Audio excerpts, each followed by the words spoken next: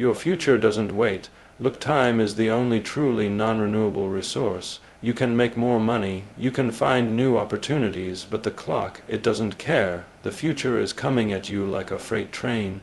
You can either be the one building the engine, or you can just watch it roar past. Too many people think they have later to start that business, later to learn that skill, later to take that risk. But later is a myth. The world is changing right now faster than ever in human history. If you're not adapting, you're decaying. Understand something. Nobody's going to hand you permission to build your future.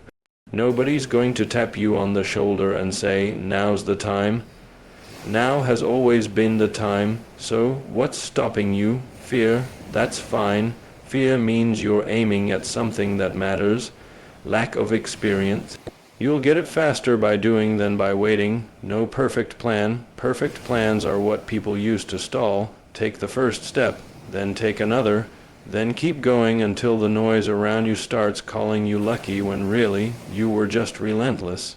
Your future doesn't wait. It doesn't negotiate, and it sure as hell doesn't care if you're ready. So build it now, messy, imperfect, full of unknowns, because the only way to predict the future is to create it before someone else does. Time is non-renewable, act now. Later is a myth, adapt or decay.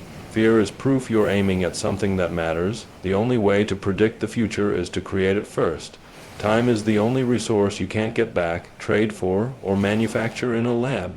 You can mine more metals, generate more energy, print more money, even rebuild entire cities. But the seconds ticking away right now, they're gone. Irretrievable, and yet most people treat time like it's infinite. They spend it like loose change, tossing it away on distractions, procrastination, and low-impact activities, assuming there will always be more.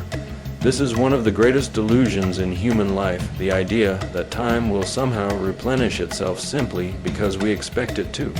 It won't. Every day, the clock moves forward at the same speed whether you take action or not. There is no pause button. When you truly understand the scarcity of time, everything changes. Decisions become sharper. Excuses lose their comfort. You stop pretending that tomorrow will be magically different. You realize that every minute is a unit of opportunity that can either be invested toward your future or wasted in the present. And the market for your attention is ruthless. Billions of dollars are spent every year on designing ways to steal your minutes without you noticing. If you don't actively defend your time, the world will consume it for you. Social media algorithms, endless streaming content, constant notifications, these are machines built to take your focus away from what actually matters. The trap is subtle because it feels like harmless entertainment, but the real cost is measured in hours, days, and eventually years. Acting now doesn't mean acting recklessly. It means understanding that action creates momentum, and momentum compounds. Small steps taken today can create massive leverage over the next year. A skill learned now might open opportunities you couldn't even imagine when you started. A project begun today could be the seed of something that becomes your life's defining work. But these benefits only happen if you begin while you have the time. People often overestimate what they can do in a day and underestimate what they can do in a year. But both require starting immediately. The gap between where you are and where you want to be isn't as much about talent, intelligence, or resources as it is about consistent use of the time you already have. The most dangerous thought you can have is, I'll do it when I'm ready. Readiness is a moving target. You'll never have perfect conditions, full clarity, or total certainty. Waiting for those things is a disguised form of fear. The truth is, conditions rarely get better than now, because now is the only point where you have any control. The future is abstract, the past is fixed, the present is the only territory you can actually influence. That means if you want a different outcome next year, the earliest possible start date is today. Every delay simply extends the timeline of your results. Think about how compounding works in finance. An investment that begins earlier, even if smaller, often outgrows a larger one that started later. The same principle applies to effort, learning, and progress. The earlier you begin, the longer your runway, the greater the impact. People who seem to achieve extraordinary things often just started sooner and refused to stop. Their advantage wasn't magic, it was that they treated time like an irreplaceable asset, not an optional accessory. They didn't wait for permission, approval, or certainty. They just acted, adjusted, and kept moving. There's also the psychological cost of delay. The longer you put something off, the heavier it feels. Procrastination adds weight to the task, inflates the fear around it, and drains your energy. A task that would have been manageable today becomes intimidating 6 months from now simply because you've built it up in your head. Inaction breeds self-doubt, and self-doubt becomes the justification for further inaction. This cycle wastes time at an exponential rate. Breaking it requires interrupting the pattern not tomorrow, but now. If you think about the milestones you want to hit: a degree, a business launch, a career pivot, a personal transformation, every single one of them has a starting point. That starting point could be in the distant future if you keep planning without acting, or it could be this very hour. The only difference between those two paths is your decision to take the first step now. That decision starts the clock on your progress instead of letting the clock run out on your potential. And remember, the world around you isn't slowing down to wait for you to get comfortable. Technology is advancing faster than at any point in history. Markets shift in months, not decades. Entire industries can emerge and disappear in the time it takes you to think about whether to get involved. Competitors, innovators, and creators are moving right now, and some of them started yesterday. Every day you wait is a day they widen the gap. There's no guarantee you can catch up later. Most people only recognize the true value of time when it's almost gone. They look back at opportunities they let slip, ideas they didn't pursue, and risks they avoided, and they realize the cost wasn't just the missed achievement, but the life they could have been living. Regret is a heavier burden than failure, because failure can teach you, but regret is permanent. The choice to act now is also the choice to minimize regret later. Even if you fail, you'll fail on the right timeline with the chance to adapt, recover, and try again before it's too late.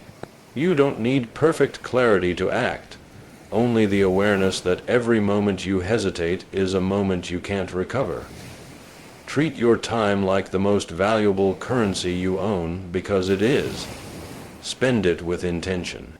Invest it in the projects, relationships, and skills that matter most. Strip away the distractions that dilute your focus. Create urgency where there is none, because the world won't give it to you for free. The clock is already running. The only question is what you'll do with the minutes you have left before this day and every day after it is gone forever. Later is one of the most deceptive words in the human vocabulary. It feels harmless, almost comforting, a promise that you'll get to something important once the conditions are better, the schedule is clearer, or your motivation is higher. But later is rarely a specific point in time. It's an abstract placeholder, a mental escape hatch that allows you to delay action without feeling the full weight of procrastination. You tell yourself you're not saying never, you're just saying not now. The problem is that not now quietly becomes never. Far more often than people realize, days slip into weeks, weeks into months, and months into years, while the thing you meant to start still sits untouched, waiting for that perfect moment that never arrives. In reality, later is a myth, because there will always be another reason to wait. Life is never free of obstacles, interruptions, or uncertainty. If you wait until the noise dies down, you'll be waiting forever. The conditions you think you need before starting: more money, more time, more knowledge, more courage, are usually developed by starting, not prerequisites for starting. People who achieve breakthroughs don't wait until they feel ready. They begin with imperfect information, incomplete resources, and sometimes shaky confidence, then adapt as they go. The readiness you're waiting for is often the byproduct of action, not the precondition. While you're delaying for later, the world is moving forward at full speed. Industries evolve, markets shift, and technologies emerge that reshape the playing field in months. Competitors, collaborators, and innovators aren't waiting for your schedule to line up. They're building, launching, and iterating right now. This is why waiting can be so dangerous, not because you'll lose the idea forever, but because you'll lose the advantage of timing. There are opportunities that exist today that will vanish entirely by the time you get around to acting on them. Sometimes it's not about having the best idea or the most talent. It's about showing up when the window is open. Adaptation is the opposite of waiting. To adapt means to respond to the reality in front of you, not the one you hope will appear later. If you're not adapting, you're falling behind, even if you think you're just holding steady. The pace of change in the modern world doesn't leave much room for neutrality. Standing still while the environment shifts means you're effectively moving backward relative to everyone else. Skills go out of date. Knowledge becomes obsolete. Networks dissolve. The job market, the economy, and even cultural trends are in constant motion. If you're not recalibrating and evolving, you're slowly fading out of relevance. This is why later is so seductive. It gives you the illusion of safety. You think you're protecting yourself from risk by postponing action. In truth, you're taking a bigger risk by becoming static in a world that refuses to stop moving. The risks of action are visible. You might fail, lose money, or face criticism. The risks of inaction are invisible at first. You lose momentum, confidence, and eventually your place in the game. The danger is that those invisible risks often become irreversible before you notice them. Another reason later is a myth is that it assumes your future self will be more capable than your present self. This is a comforting story, but not necessarily a true one. You imagine that the future version of you will be smarter, more disciplined, better connected, and more resourceful. That may happen if you spend the time between now and then actively growing and learning. But if you spend it waiting, you're simply freezing your current level of readiness in place. Your future self will be exactly as underprepared as you are today, possibly more so, because the challenges may have grown while your skills stayed the same. The habit of deferring things to later also erodes trust in yourself. Each time you set a goal or make a promise and fail to act on it, you send a subtle signal to your brain that your own commitments aren't serious. Over time, this internal erosion makes it harder to believe yourself when you say you'll do something. This isn't about willpower as much as it's about credibility, your own credibility with yourself. Acting now reinforces that credibility, waiting weakens it. Once you stop believing your own intentions, it becomes exponentially harder to break free from inaction. Some people believe that later will be better because they're trying to avoid mistakes. They think they'll make fewer errors if they delay until they've learned more or practiced more. But learning without doing is limited in its value. Real understanding comes from testing ideas in reality, not just in theory. Mistakes are the tuition you pay for progress, and delaying action only delays those essential lessons. In a fast, moving environment, delaying your mistakes is just another way of delaying your growth. It's also important to recognize that later isn't always your decision to make. Health changes, personal circumstances shift, and external events can eliminate options you thought would always be available. You may think you're choosing to wait, but in many cases, you're gambling that the opportunity will still be there when you return to it. Sometimes life takes that choice away. The safest assumption is that if you can act now, you should, because the option to act later is never guaranteed. Momentum is fragile. The longer you delay, the harder it is to start. Energy fades, urgency evaporates, and the original spark that motivated you becomes harder to reignite. This is why projects often die quietly, not because they were impossible, but because the person behind them let them cool down for too long. Acting in the moment keeps the fire alive. Even small steps preserve that sense of movement, making it far easier to keep going than to start over from a dead stop. The idea that you can simply pick it up later assumes you'll have the same passion, the same drive, and the same level of belief in the idea. But those are perishable, too. Excitement fades with time, and inspiration is notoriously difficult to recapture once it's gone. You might still remember the idea, but without the energy you felt when it first struck you, the likelihood of pursuing it drops sharply. Acting quickly isn't just about external timing, it's about using the internal fuel while you have it. Later also robs you of the compounding effect of consistent action. Progress builds on itself. The earlier you start, the more cycles of improvement, feedback, and iteration you can fit into the same stretch of time. Waiting pushes all those cycles further into the future, shrinking the total number of improvements you can make before the opportunity peaks or expires. Many breakthroughs happen not because someone worked more hours in a single burst, but because they had more time overall to refine their work. Every delay shortens that timeline, and perhaps the most dangerous aspect of later is that it's socially acceptable. People will nod and smile when you say you'll get to it eventually. They won't call you out for it because they're doing the same thing in their own lives.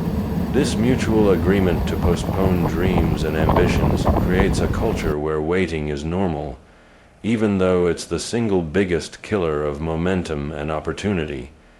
In such an environment, the simple act of moving now instead of later becomes a competitive advantage in itself. Fear has a way of announcing itself in moments that matter most. It shows up right when you're on the edge of doing something meaningful, a new venture, a big leap, a major change. The physical signs are obvious. Your chest tightens, your pulse quickens, your thoughts race. But fear is not a signal to retreat. It's proof that you're aiming at something significant. You don't feel fear when you're doing something trivial or routine. You feel it when the stakes are real, when the outcome could change the trajectory of your life, when the path ahead isn't guaranteed. That's the first truth to understand. Fear is an indicator, not an obstacle. People often try to eliminate fear before taking action, thinking they'll move once they feel calm and certain. That approach rarely works because fear isn't designed to vanish on its own. It's part of your survival system, and it activates any time you step outside the familiar. Waiting to act until you're fearless is like waiting for the ocean to stop having waves before you swim. The waves are part of the experience. The challenge is to learn how to navigate them, not avoid them entirely. In fact, fear can be a compass. If you pay attention, the things that scare you most often align with the things that matter most. You're not afraid of things that don't touch your core values or ambitions. If the idea of pitching an investor terrifies you, it's because you deeply care about the project. If the thought of moving to another country makes your stomach drop, it's because you sense the magnitude of the opportunity. Fear often sits directly in front of growth, blocking the door, daring you to step through. This is why people who accomplish extraordinary things tend to have a high tolerance for discomfort. They've trained themselves to see fear as a green light instead of a red one. There's also a biological reason fear shows up during meaningful pursuits. Your brain is wired to keep you safe by avoiding uncertainty. Anything unknown or unpredictable triggers your threat detection system, even if there's no actual physical danger. The modern world presents countless challenges that aren't life, threatening but still activate that primal response: public speaking, launching a product, asking someone for a partnership, making a career shift. The adrenaline, the hesitation, the rapid fire what-ifs are simply the nervous system's way of telling you that you're leaving the comfort zone. This reaction doesn't mean you're incapable. It means you're pushing the boundaries of what you've done before. One of the most damaging misunderstandings about fear is the belief that it signals something is wrong. In reality, fear often means you're in exactly the right place, right at the threshold where growth happens. People who misinterpret fear as a stop sign end up retreating into safe but stagnant patterns. They stay in jobs they've outgrown, avoid conversations that could lead to breakthroughs, or shelve ideas that could change their lives because they mistake fear for a warning instead of an invitation. The irony is that avoiding fear doesn't make it disappear. It simply shifts its shape. The fear of failure becomes the fear of regret. The fear of embarrassment becomes the fear of missed opportunity. Over time, those unpursued chances start to weigh more heavily than the risks you were originally afraid of. You begin to realize that fear is unavoidable. The choice is whether you feel it while chasing something that excites you or while sitting in a life that doesn't. It's important to differentiate between reckless action and bold action. Recklessness ignores the risks entirely. Boldness acknowledges the risks but moves forward anyway with preparation and awareness. Fear is valuable in that process because it sharpens your senses, forces you to think critically, and compels you to prepare. A presentation you're nervous about will likely be rehearsed more thoroughly. A venture that scares you will get more careful planning. Fear, used correctly, becomes fuel for better performance rather than a barrier to starting. You can also train your relationship with fear through exposure. Every time you face something uncomfortable and come out the other side intact, your brain updates its definition of what's safe. The speech you once dreaded becomes routine. The negotiation that once froze you becomes just another conversation. This is why high performers often seek out challenges. They're expanding their capacity for uncertainty and proving to themselves that fear isn't fatal. Over time, your threshold for fear rises, and you can operate in situations that once felt impossible. Another key point is that fear is often a mirror for how much you care about the outcome. If the result didn't matter to you, you wouldn't feel the pressure. This is why some of the most rewarding moments in life are preceded by the greatest fear. The rush after taking a leap, the relief after speaking your truth, the pride after pushing through these feelings are intensified because you know you risked something meaningful to get them. Without the initial fear, the triumph wouldn't feel as rich. There's also a hidden advantage to fear. It keeps you humble. Fear reminds you that you're playing a game you can't entirely control, and that humility pushes you to prepare, learn, and stay adaptable. Overconfidence can make you sloppy. A healthy amount of fear keeps you sharp. The key is to distinguish between fear that paralyzes and fear that sharpens. The first type comes from overthinking without action. The second comes from acknowledging the risks and then moving anyway. The timing of fear is another clue to its usefulness. It often appears strongest right before you start. That's because your brain is still imagining all the worst-case scenarios without the grounding of actual experience. Once you're in motion, fear tends to recede, replaced by focus. Think about the difference between the anxiety before stepping on stage and the flow you feel once you begin speaking. The anticipation is usually worse than the reality. This is why one of the most effective ways to reduce fear is simply to start. Even with a small step, the moment you engage, your brain shifts from prediction to participation. Fear can also be a filter for authenticity. If a path you're considering excites you and scares you at the same time, it's often a sign that it's aligned with your deeper ambitions. Pure excitement without fear can mean you're staying within your current skill set. Pure fear without excitement might mean you're pursuing something out of obligation rather than passion. But the mix of both the thrill and the dread is where transformative opportunities often live. It's worth noticing that fear doesn't treat everyone equally. The same challenge that terrifies one person might feel routine to another. That difference isn't about raw courage, it's about exposure, preparation, and mindset. What you fear now might be what you excel at later, simply because you faced it enough times to strip away its power. The people you admire for their fearlessness weren't born immune to fear. They built resilience by repeatedly leaning toward it instead of away from it. When you feel fear, it's a signal worth decoding. Ask yourself why it's there, what it's pointing to, and whether it's protecting you from real danger or just from the discomfort of growth. Most of the time, you'll find that it's the latter. And if that's the case, then the presence of fear isn't a reason to pause. It's the clearest sign you're heading somewhere worth going. You said keynote no. Expand it into 1,000 words. Don't add ending sentences. Don't add any heading, ChatGPT said. The idea of predicting the future has always fascinated people. They build forecasts, analyze trends, run simulations, and look for patterns that might give them an edge. But the truth is that no matter how advanced the models or how accurate the data, prediction alone doesn't guarantee influence. The most reliable way to know what the future will look like is to be the one shaping it. When you create something, a product, a movement, a piece of technology, a work of art, you inject your vision directly into the timeline. You're not just guessing where things are going, you're steering them in that direction. That is the difference between observers and architects. Waiting for the future to reveal itself puts you in a reactive position. You're responding to the moves of others, adapting to the systems they built, and playing within the boundaries they've set. Acting first, building before the trend is obvious, puts you in a position to define those boundaries. This doesn't require having every detail figured out in advance.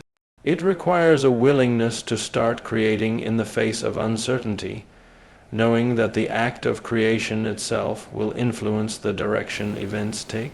Many of the breakthroughs that shape industries weren't the result of perfect foresight, but of people taking bold action before anyone else could see the full picture.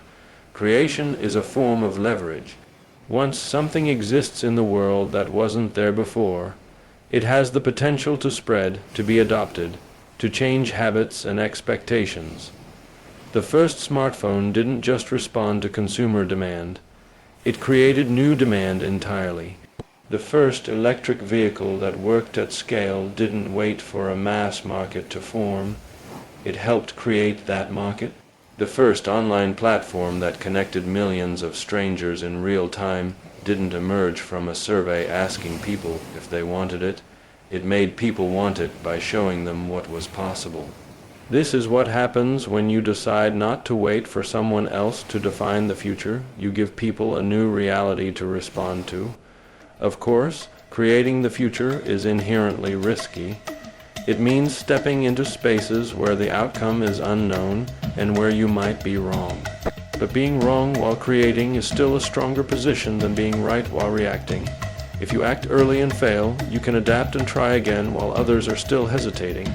If you wait until the path is obvious, you're already competing on someone else's terms.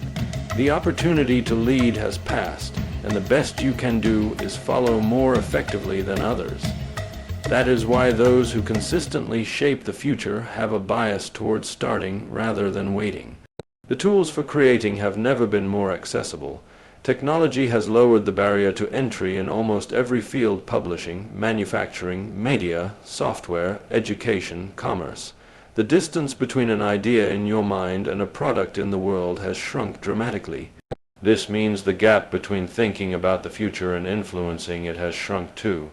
A single individual with the right focus can now build something that impacts millions, sometimes without leaving their desk. The challenge isn't capability, it's conviction. The tools exist, but most people still wait for someone else to make the first move. To create the future, you have to think beyond what's currently possible.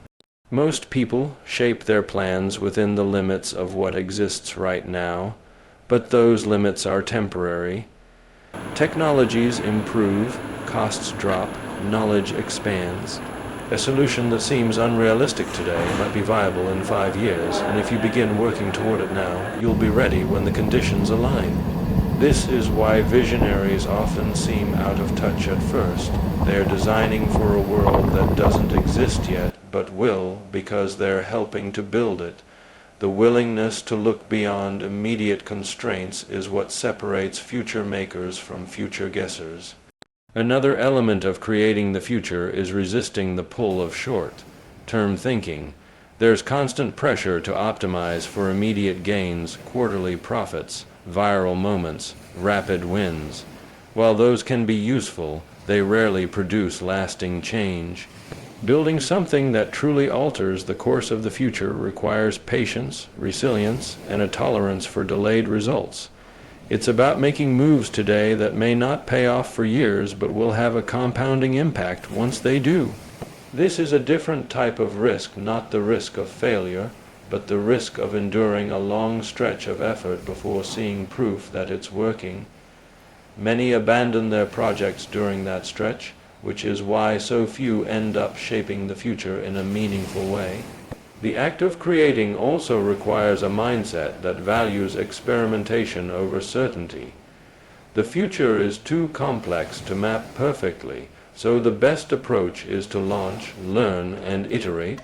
This means being willing to release imperfect versions, gather feedback, and adjust based on reality rather than on speculation. Every iteration is a way of testing your influence on the future, seeing how your ideas interact with the world, and adjusting accordingly. Over time, this cycle of action and adaptation allows you to refine your vision until it aligns with both your goals and the evolving environment. A crucial but often overlooked aspect of creating the future is storytelling. New ideas rarely succeed on technical merit alone. They need a narrative that helps people understand why they matter. The future you want to build has to be communicated in a way that inspires others to believe in it, invest in it, and help bring it to life. Without that narrative, even the most groundbreaking innovations can fail to gain traction. The ability to articulate your vision clearly and passionately is as important as the technical ability to execute it. It's also worth noting that creating the future doesn't have to mean building something massive from scratch. Sometimes it's about making a small change that shifts the trajectory of a much larger system. Small innovations can cascade into large-scale transformations if they address a fundamental friction point or unlock a new possibility. The key is recognizing that every change you make is a form of influence, and influence is cumulative. A minor improvement introduced today could set off a chain reaction that shapes the next decade. The habit of actively creating also transforms the way you see challenges. Instead of viewing them as barriers, you start to see them as raw material for innovation. Problems in the present are opportunities to design better futures. This shift in perspective allows you to stay ahead of the curve because you're not waiting for someone else to solve those problems. You're using them as fuel for your own creations. The people who shape the future are often those who look at the same obstacles everyone else sees but respond with, "What can we build to change this?" When you commit to creating the future, you also commit to being misunderstood. Not everyone will see the value in what you're building, especially early on. They may call it impractical, unnecessary, or impossible. This skepticism is often a sign that you're ahead of the curve. Many of the most influential ideas in history were met with resistance before becoming obvious in hindsight. The ability to persist through that period of doubt, to keep building when no one else believes, is one of the defining traits of people who successfully shape the future. Ultimately, the decision to create rather than wait is the decision to take ownership over the direction your life and your work will take. It means recognizing that while you can't control every variable, you can control the contributions you make, the problems you tackle, and the visions you bring into reality. And in doing so, you move from being someone who simply adapts to change into someone who drives it.